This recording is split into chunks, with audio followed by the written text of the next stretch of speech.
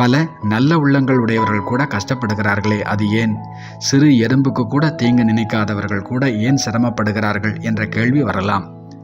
Positive attitude உடையவர்கள் பிரச்சனைகளையும் பிரச்சனை தரும் மனிதர்களையும் ஒரு பொழுதும் கண்டு சோர்வதே இல்லை.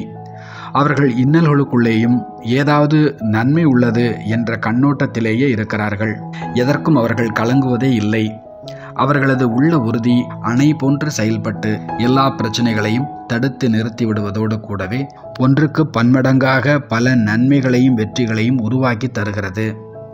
1920-30களில் பெரும் புகழ்பெற்ற கோடீஸ்வரராக திகழ்ந்தவர் வைர வியாபாரி தாதா லேக்கராஜ் ஆவார். இறைவனின் வழிகாட்டுதலின்படி 1936இல் ஆன்மீக ஞானத்தையும் தியானத்தையும் போதிப்பதற்கான வித்தியாலயம் ஒன்றை தொடங்கினார். அங்கு பாடம் பயின்ற 300-400 மாணவர்களுக்குமான எல்லா அடிப்படை வசதிகளையும் தனது செல்வத்தை கொண்டே செலவு செய்து அவர்களை வழிநடத்தினார். ஆனாலும் மக்கள் அவரை முதலில் புரிந்து கொள்ளவில்லை. அவர் மீது பல்வேறு பொய் வழக்குகளை தொடர்ந்தார்கள். அவரை கொலை செய்யவும் ஆளை அனுப்பினார்கள். அவர் வசித்த வீட்டை தீக்கு இரையாக்கினார்கள். அவர் சேர்த்து வைத்திருந்த பல கோடி சொத்துகளும் கரைந்து தீர்ந்தன. ஆனாலும் அவர் மிகுந்த மன உறுதியுடனும் மகிழ்ச்சியுடனும் இருந்தார். அதற்கான பரம ரகசியம் ஒன்றே ஒன்றுதான். ஒருபோதும் அவர் உள்ளத்தில் நான் எனது என்ற உணர்வு துளியும் ஏற்பட்டதே இல்லை. எல்லா துயரங்களுக்கும் பின்புலம் இந்த நான் மற்றும் எனது என்ற உள் உணர்வுதான்.